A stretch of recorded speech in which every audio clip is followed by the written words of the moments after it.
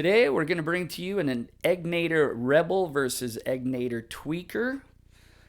Both really nice amps, but they do have their differences and some things considering for you to consider if you're wondering about buying either one, and I'll talk about that more at the end so we can get right to the tones. Also, thank you to all the people who have subscribed. I'm almost up to 500, which is a very, very small number after almost exactly a year of being on YouTube. And I never set out to be a YouTube star. What I wanted to do was supplement some of the stuff I had a hard time finding information for, that I had to really look for. And I thought, wow, well, somebody needs to fill that void. And so that's kind of just what I wanted to do. Try to be helpful to a few people. But if you appreciate all that stuff, go ahead and subscribe because there's more coming. And it would be, now that I've been into it for a while, it would be kind of fun to at least get one check from YouTube. Wouldn't that be kind of fun? I think that'd be fun to check that box on the bucket list. Get a check from YouTube. Yeah, I don't know. Anyway, I'll have some things to say about each head at the end, but they are both run through the Marshall cab, which is an open back cab. Both the Rebel and the Tweaker are sold with cabs that are either open back or vented, so I thought that would be good to try and stay with the design that they're sold with. Plus, subscribe now and get a free Marshall review at the end of this video. I wanted to throw a little bit of the Marshall tone in just at the end so that you'd have that as a comparison as well, because I have some things to say about that as well. Also, the guitar is the $170 ESP. Still my favorite guitar, but the Charvel is running a close second these days. But the ESP is tuned to C standard, which would be drop B flat, so pretty low. And dialed in, I didn't set the EQ at middle because that doesn't sound good to me, so I dialed it in to tones I thought sounded nice. Those are the tones I would play with rather than having the EQ at straight up in the middle.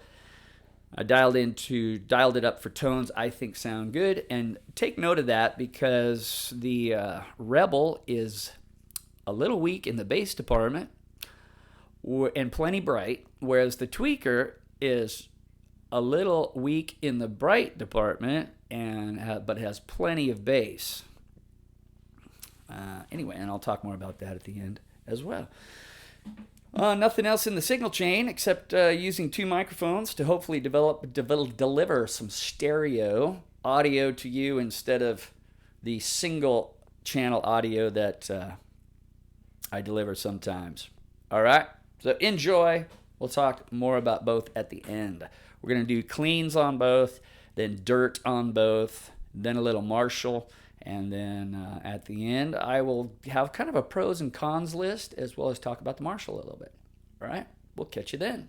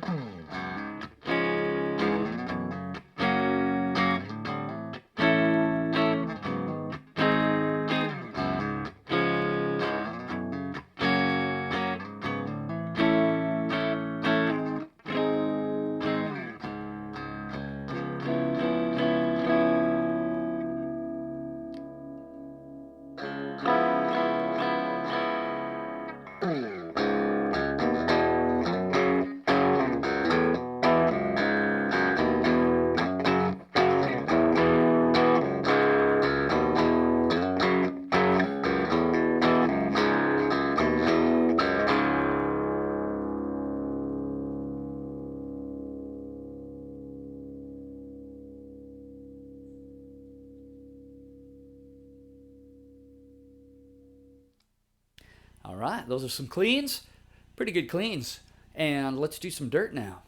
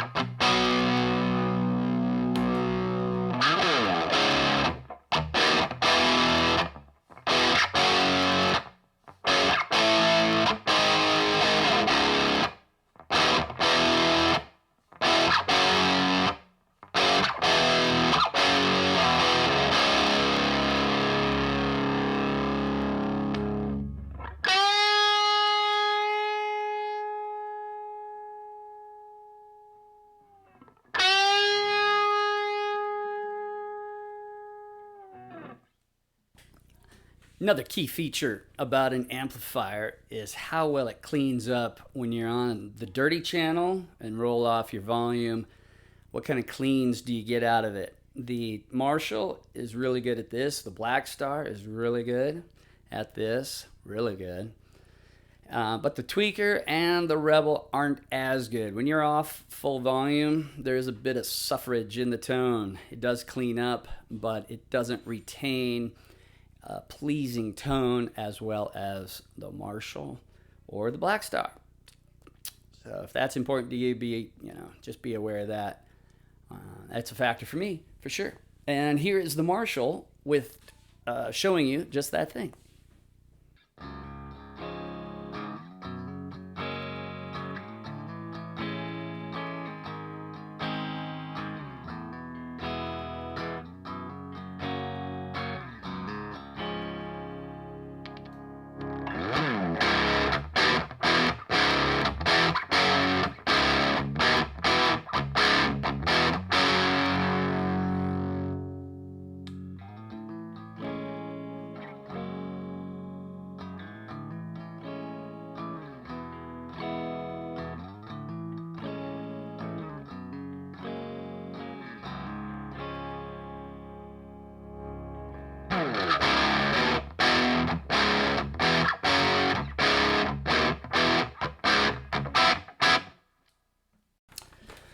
Let's talk about a comparison now.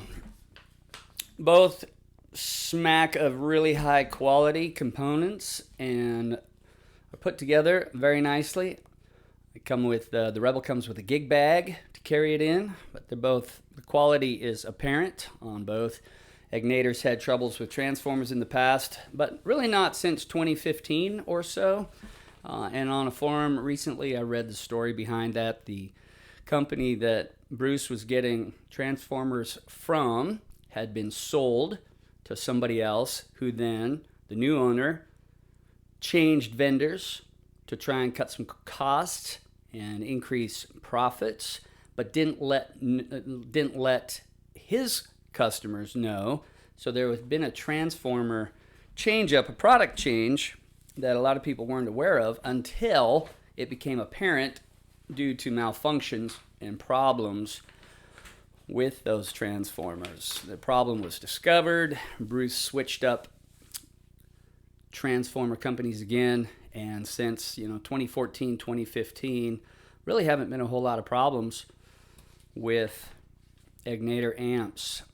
They are a pretty quality amp in my opinion, and Egnater, the company down in Southern California, I have a lot of respect for. They answer the phone when you call. I have PDF files or versions of files, PDF drawings, files, schematics of my Rebel MK2 that I asked for them.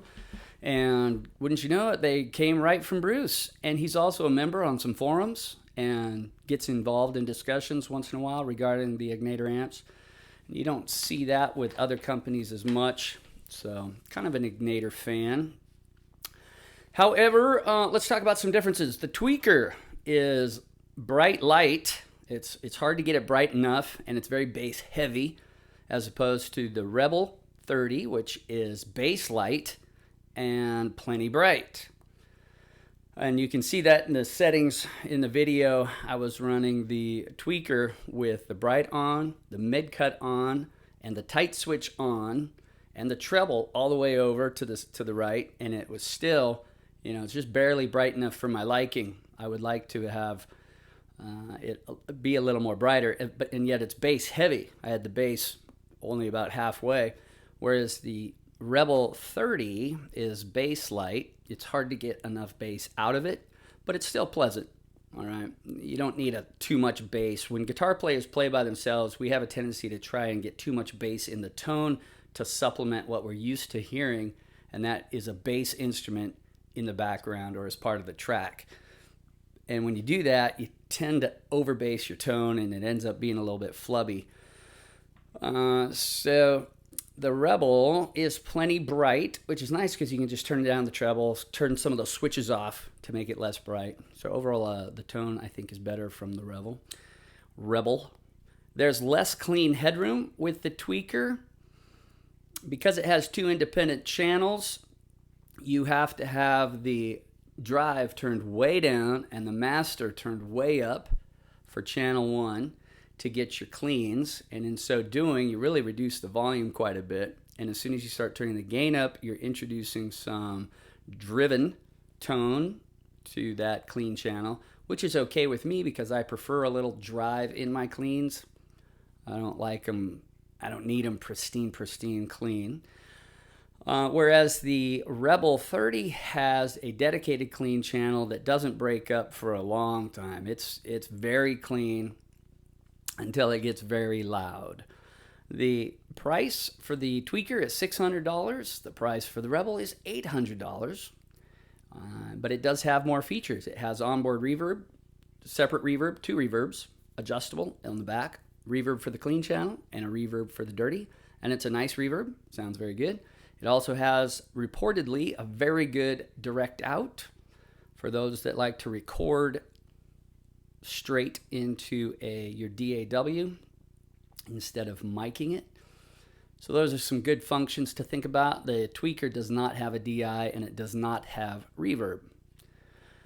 The tweaker has a killer crunch tone though. The nice thing about 2 identical channels is that you can get the clean as you want it, or you can dirty up your clean and have another channel in reserve as a lead tone or a rock and roll tone, good rhythm channel, or you can have a really hard crunchy channel or rock rhythm channel and have your second channel as a searing lead channel.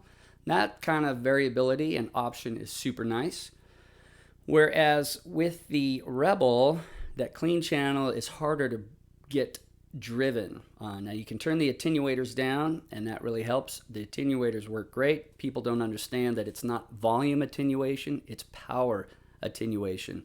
So you're changing the threshold at which the power tubes will start to break up and sound driven. You know, it's like when you turn that attenuator down, it's like having a 5-watt amp, and when you turn the volume up on a 5-watt amp, when you crank the volume on a 5-watt amp, you start to distort the power stage. It's still very loud, but you start to distort the power stage. And that's what those power attenuators are for. They control the power rating of the output stage. It's not a volume attenuator, and that's why a lot of people say they don't work, but they actually do. And it's handy to have. I really like it. It's why you can't play at whisper quiet volumes. You can turn those down and get some really nice crunch tones and some really nice blues tones, but you do have to have the volume fairly high. So that's a consideration. The thing about the tweaker is getting those 6L6 tubes cranked up in the preamp. Overdriving the preamp, when you turn the preamp all the way up through those 6L6 tubes, it's just killer crunch tone. And the tweaker 15-watt combo is the only amp I've ever regretted selling because it just had something about it. But it was a single channel amp, and I don't like single channel amps.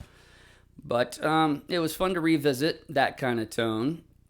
But I can also get that same tone if I stack my MXR Badass and a Timmy Overdrive into the clean channel of the Rebel. I've got that tone down, which I just discovered in playing with these 2 amps for a couple of weeks. So I'm okay. I'll be able to release this tweaker without feeling like I'm missing out on anything, which is the whole point. Getting rid of regret, being happy with the stuff you have. Now, another consideration on this tweaker is it has 5 tubes, 2 6L6, 3 12AX7s. The Rebel has 9 tubes. So retubing the Rebel, if you were to do them all, it's going to cost quite a bit. And I just run the 6V6 side. I don't care for the EL84 sound because I have amps for that sound, but I do like the 6V6s, and which is unique. If I'm going to run EL84s, I can run the EVH or some other amp, but the 6V6 has a unique breakup that's nice. I really like it. Going back to the cleans a little bit, the Egnater cleans are really good, but they're somewhere between the glassy mid-cut cleans of a Marshall and the heavy mid driven bell tones of a Fender. It's neither one of those. It's kind of in the middle, but they are very nice cleans. So don't don't make any mistakes about that. The cleans are great. The advantage of the tweaker, 2 identical channels, is really nice. The Rebel has a dedicated clean and a dirty, which is also nice. They both take pedals great. So with the addition of 1 pedal, you have kind of a 3rd channel. And that's nice.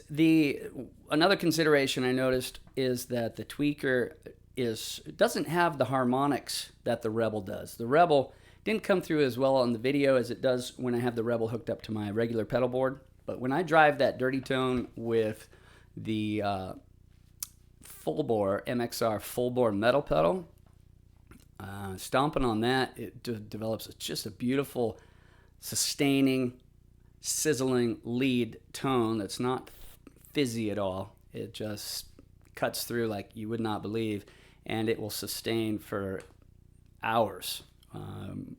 There's really nice harmonics all over the fretboard, and it doesn't have to be ultra loud either. It just starts to really ring and sing, and I couldn't get that with the tweaker. So that was a drawback kind of for me, but they both love pedals. The tones are tight and focused, and that's why I wanted to throw the Marshall in at the very end of the video, because the tweaker tone is real nice, although it's hard to get it bright enough, but it's got a great tone, but it sounds small. I don't really know how to explain it. And the Rebel too, although the Rebel sounds a little more open, the tweaker just kind of sounds small, and yet this tone is very pleasing. It's got a great crunch and rock tone, but it's small. So I imagine running the tweaker through a 4x12 would be, oh my gosh, really amazing. But running it through a 112 just ends up kind of sounding small compared to when you turn the Marshall on and play through that 112, that just fills the room. It's such a bigger tone, and it's really kind of hard to understand and harder to explain. But so I just have to kind of assume you know what I'm talking about and you get it. In some forums, you may have read that the tweaker sounds like it's under a blanket. That's true. But you really don't realize that until you click into a Marshall, and then you realize the difference, because the tone it delivers does sound good, but you just don't realize how small it sounds until you punch into something else. I don't know. So that's kind of it. Overall, the Rebel sounds better to me. The quality of the cleans is better. The quality of the dirty tones is better. Overall, I think it's more of a professional type amp. I think it's set up for studio very nicely. It's also set up for live playing very nicely.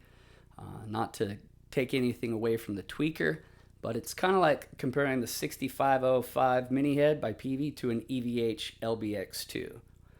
Really very much the same amp, but the EVH just smacks of more quality in everything, the tone, the build, whereas the Peavey, kind of, you get the very similar tones out of it all, but just doesn't seem to have the quality. So I will be keeping the Egnater and returning the tweaker, which I picked up used, because, like I said, the only amp I ever regretted getting rid of was the tweaker, and I wanted to revisit that. But very happy with the Rebel. I'll be hanging on to it. All right. So thanks again for watching. Be kind to everybody. Enjoy life. Let the universe take care of things you can't do anything about, and only worry about the few little things you can. And we'll see you next time.